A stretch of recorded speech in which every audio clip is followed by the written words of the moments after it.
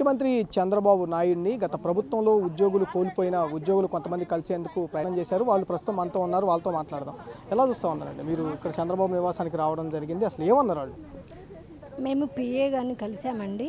రేపు ఇద్దరికి appointment order ఇచ్చారు. 4 days తర్వాత మీ విషయం పరిష్కరిస్తామని చెప్పారండి. సరేనని మేము వచ్చాము. ఏంటంటే మేము 2018లో 19లో ఆర్డర్ ప్రకారం మాకు ఆర్డర్ కాపీ ఇచ్చారండి. ఇంటర్వ్యూస్ అన్నీ జరిగాయి. ఆ ప్రకారమే మేము వచ్చాము. కానీ మాతో పాటు వచ్చినటువంటి ఫిజిక్స్ వాళ్ళు, కెమిస్ట్రీ వాళ్ళు, మ్యాథ్స్ వాళ్ళు ఎలా వచ్చారో మేము కానీ జువాలజీ బాటనీ అందరూ అలాగే మేము వచ్చాము. కానీ వాళ్ళందరి నుంచేసి ఓన్లీ తెలుగు ఇంగ్లీష్ వాళ్ళని మాత్రమే తొలగించారు. అదేంటంటే రేషనలైజేషన్ కింద అన్నారు. అప్పుడు మరి మమ్మల్ని ఎందుకు తొలగించాలి? ఇప్పుడు ఇది రేషనలైజేషన్ కింద అన్నప్పుడు ఏమవ్వాలి? ఫిజిక్స్ కెమిస్ట్రీ వాళ్ళు ఇంగ్లీష్ మీడియం చెప్పాలి.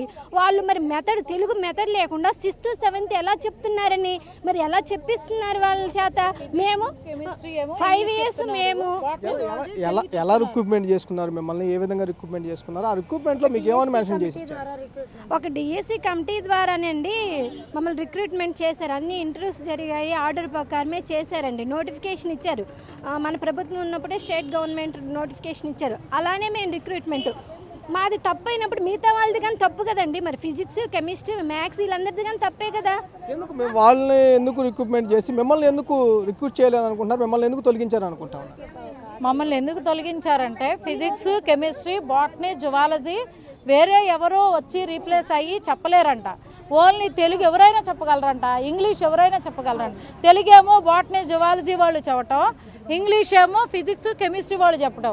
ఇంగ్లీష్ మెథడాలజీ లేకుండా వాళ్ళు 10th వరకు చెప్పేవాళ్ళు వచ్చేసి intermediate first year second year grammar రాని వాళ్ళ చేత, ఫిజిక్స్ వాళ్ళ చేత, కెమిస్ట్రీ వాళ్ళ చేత ఇంగ్లీష్ చెప్పించటాలు, తెలుగేమో బాటనీ జువాలజీల చేత తెలుగు చెప్పించటాలు చేస్తున్నారండి. చాలా అన్యాయం జరుగుతుందండి. అధికారులను కలవడం కానీ ఏమైనా చేశారు గత ప్రభుత్వంలో ఉన్నప్పుడు మీ ఉద్యోగాలు పోయినప్పుడు? మేము బొత్స సత్యనారాయణ గారిని కలిసామండి, ఎస్పీడీ గారిని కలిసామండి, మళ్ళీ తర్వాత సెక్రటరీ గారిని కలిసాము, పీఓల్ని కలిసాము, సెక్రటరీని కలిసాము, సజ్జల రామకృష్ణ గారిని కలిసాము, ప్రతి ఒక్కళ్ళని కలిసామండి, సురేష్ గారిని కలిసాము, అందరినీ కలిసాము. కానీ మాకు చెప్పినది ఏంటంటే ఎస్పీడీ గారు ఏం చెబితే అదే, మేమేమీ చేయలేము, మా పరిధిలో లేదని బొత్స సత్యనారాయణ గారు కూడా చేతులు ఎత్తేసారండి.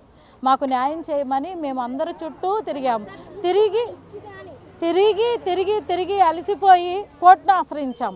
కోర్టును ఆశ్రయిస్తే కోర్టు వీళ్ళని కంటిన్యూ చేయాలని చెప్పేసి ఇంగ్లీష్ని తెలుగుని ఇద్దరిని కూడా మళ్ళీ లోపలికి తీసుకోమని చెప్పేసి జడ్జిమెంట్ ఇచ్చిందండి. గౌరవ హైకోర్టు ఇచ్చిన జడ్జిమెంట్ డిసెంబర్ 3వ తారీఖున 2023 వచ్చినప్పటికీ కూడా మాకు న్యాయం చేయకుండా, మమ్మల్ని లోపల తీసుకోకుండా, ఎస్పీడీ గారు దాన్ని ఫాలోఅప్ చేయకుండా మేము తీసుకెళ్ళి జడ్జిమెంట్ కాపీ ఇచ్చినప్పటికీ కూడా మేము వారిని లోపలికి ఎలా చేయము, నేను మళ్ళీ మీ మీద రిట్ పిటిషన్ వేస్తాము అని చెప్పేసి మా మీద తిరిగి రిట్ పిటిషన్ వేసి కోర్టు సమయాన్ని వృధా చేస్తున్నారు. కానీ మమ్మల్ని మాత్రం లోపలికి తీసుకోలేదండి. మాకు ఆ ప్రభుత్వంలో న్యాయం జరగలేదు. అధికారులు మీరు కొంతమంది అధికారులను కలిశానని చెప్తా ఉన్నారు, బొత్సాన్ని కలిశానని చెప్తా ఉన్నారు, సజ్జలను కలిశానని చెప్తా ఉన్నారు, డబ్బులు డిమాండ్ చేశారని కూడా చెప్తా ఉన్నారు. నిజంగా డబ్బులు డిమాండ్ చేశారా? ఎంత డబ్బులు డిమాండ్ చేశారు? మీరు ఉత్తి చేతులతో వస్తే అవ్వదు, మీరు ఏమైనా పెట్లు పట్టుకొని రండి అని చెప్పేసి ధనుంజయ రెడ్డి గారు కానీ, సజ్జల రామకృష్ణ గారు పిఏ కానీ వీళ్ళందరూ ఎప్పుడు వెళ్ళినా సరే మాకు ఇవే మాట్లాడేవారు సార్. మాకు డబ్బులు ఇచ్చినంత స్తోమత లేదు. ఎందుకంటే మా జీతం 12,000 రూపాయలు, 26,000 పెంచిందనే టైంకి మమ్మల్ని నడి రోడ్డు మీద పెట్టేశారు. అంటే జీతం పెరిగింది కదా, వీళ్ళు ఎంత డిమాండ్ చేసినా ఇస్తారు, ఆ తర్వాత గవర్నమెంట్లో అదే తీసుకుందామని చెప్పి వాళ్ళు చూశారు. కానీ మేము పోరాటం చేస్తూ కోర్టులో కేసు వేస్తూ మేము జడ్జిమెంట్ తెచ్చుకొని ఆ ఫైల్ పట్టుకొని వెళ్ళినప్పటికీ కూడా ఇప్పుడున్న ఎస్పీడీ సార్ కానీ, మధుసూదన్ గారు అంటే ప్రిన్సిపల్ సెక్రటరీ, ఇక్కడున్న సెక్రటరీ గారు కానీ మమ్మల్ని అయితే మాత్రం చాలా నీచంగా, ఆడవాళ్ళమని కూడా చూడకుండా చాలా నీచంగా మాట్లాడి మమ్మల్ని ఇంతవరకు కూడా ఉద్యోగాల్లోకి తీసుకోలేదు సార్. ఎంత డిమాండ్ చేశారు? డబ్బులు ఎంత డిమాండ్ చేశారు? పోస్ట్కి వచ్చి ఎంత డబ్బులు డిమాండ్ చేశారు? పోస్ట్కి వచ్చి డబ్బులు కాదు సార్, పెట్లు పట్టుకొని వస్తేనే పనులు అవుతాయి, ఉత్తి చేతులతో వస్తే పనులు అవ్వనేవారు సార్. ఎడ్యుకేషన్ మినిస్టర్ దగ్గరికి వెళ్ళినా కూడా ఇదే పని సార్, ఇలాగే మాట్లాడేవారు. కానీ మాకైతే మాత్రం మేము ఎంతో పిచ్చి కుక్కలా, మీరు నమ్మబడి 1 year మొత్తం అంతా తిరిగి అలిసిపోయాం సార్. ఇదే రోడ్ అంటే నందిగం సురేష్ బాబు గారు అని ఉన్నారు, అతని దగ్గరికి కూడా సార్ మంచి ఎండల్లో 3 రోజులు తిరిగాం సార్.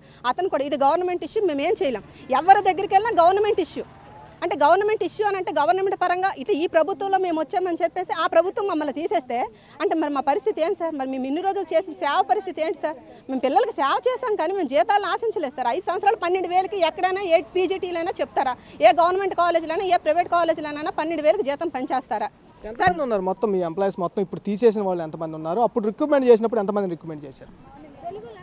తెలుగు వాళ్ళంతా కలిసి 150 మంది సార్. తెలుగు వాళ్ళు 150 మందిని తీసేశారు. అలాగే బైపీసీ గ్రూప్ దగ్గర ఉన్న ఇంగ్లీష్ మేడమ్స్ని తీసేశారు సార్. అంటే వీళ్ళని ఇలా తీశారు, వాళ్ళని అలా తీసేశారు సార్. అంటే ఎంపీసీ దగ్గర ఉన్న ఇంగ్లీష్ వాళ్ళు ఉంచారు, బైపీసీ గ్రూప్ దగ్గర ఉన్న ఇంగ్లీష్ వాళ్ళు తీసేశారు. కొంతమందిని అడ్జస్ట్ చేశారు. ఎలా అంటే ఇప్పుడు నేను ఎంఏ హిందీ కూడా చేశాను, నేను హిందీ టీచర్గా కూడా వర్క్ చేశాను. సో అంటే నాకు హిందీ పోస్ట్ సిఆర్టీ ఖాళీగా ఉంటే అడ్జస్ట్మెంట్కి వెళ్ళిపోమన్నారు, పోస్టులు ఖాళీ లేవు. నేను పీజీటీ తెలుగుగా నేను చేసిన దాన్ని మళ్ళీ నేను సిఆర్టీ ఎలా సార్ వెళ్తాను నేను? సరే అలాగని చెప్పి మాకు అందరికీ న్యాయం చేశారంటే న్యాయం చేయలేదు. వాళ్ళకి నచ్చిన వాళ్ళకి న్యాయం చేశారు, వాళ్ళకి నచ్చినట్టు నోటిఫికేషన్ రిక్రూట్మెంట్ చేసుకున్నారు, అక్కడతో ఆపేశారు సార్. ఆ కలెక్టర్ చంద్రబాబు కలవడానికి ముఖ్యమంత్రిని కలవడానికి వచ్చారు కదా, ఇప్పుడు ఏమన్నారు? లోపలికి వెళ్తే ఏమన్నారు? మాకైతే మాత్రం రేపు బాబు గారిని కల్పిస్తామని చెప్పారు. 4 రోజుల్లో మా సమస్యకి పరిష్కారం చేస్తామని చెప్పారు. ఈ ప్రభుత్వం మాత్రమే చేస్తుందని మేము గట్టి నమ్మకంతో ఉన్నాము.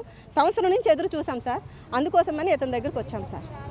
ప్రధానంగా చూసుకుంటే కనుక బొత్స సత్యనారాయణ కానీ, సీఎం కార్యాలయం ఉన్న ధనుంజయ రెడ్డి కానీ, వీళ్ళందరూ ఇటు సజ్జల రామకృష్ణారెడ్డి కానీ డబ్బులు డిమాండ్ చేసిన పరిస్థితి ఉంది. మమ్మల్ని 2023 జూలైలో కూడా తీసేసిన పరిస్థితి. అప్పుడు డబ్బులు డిమాండ్ చేశారు, ఉచ్చి చేతులతో రాకండి, బాక్సులు తీసుకొని పెట్టెలు తీసుకొని రండి, అప్పుడే మీ పోస్టులు కన్ఫర్మ్ అన్న రీతిలో కూడా వాళ్ళు మాట్లాడినట్టు కూడా చెప్తున్న పరిస్థితి కూడా కనిపిస్తూ ఉంది. దాదాపుగా 150 మంది ఎంప్లాయీస్ని సర్వశిక్షణ అభియాన్లో ఉన్న టీచర్స్ని తీసేసిన పరిస్థితి కనిపిస్తూ ఉంది. ఇక్కడున్న ముఖ్యమంత్రి చంద్రబాబు నాయుడే తమకు న్యాయం చేస్తారంటూ కూడా ముఖ్యమంత్రి కార్యాలయానికి ఇక్కడ వచ్చిన పరిస్థితి కూడా కనిపిస్తూ ఉంది. లోపలికి వెళ్ళిన తర్వాత రేపు అపాయింట్మెంట్ కంపల్సరీగా ఇస్తాము, మీ సమస్యను 4 రోజుల్లో పరిష్కరిస్తామని హామీ ఇచ్చినట్లు కూడా ఇక్కడ ఉన్న ఎవరైతే ఉన్నారో తీసేసిన ఉపాధ్యాయులు యువతన పరిస్థితి కనిపిస్తూ ఉంది. అర్బాస్తో మల్లికార్జున, బిగ్ టీవీ, అమరావతి నుంచి.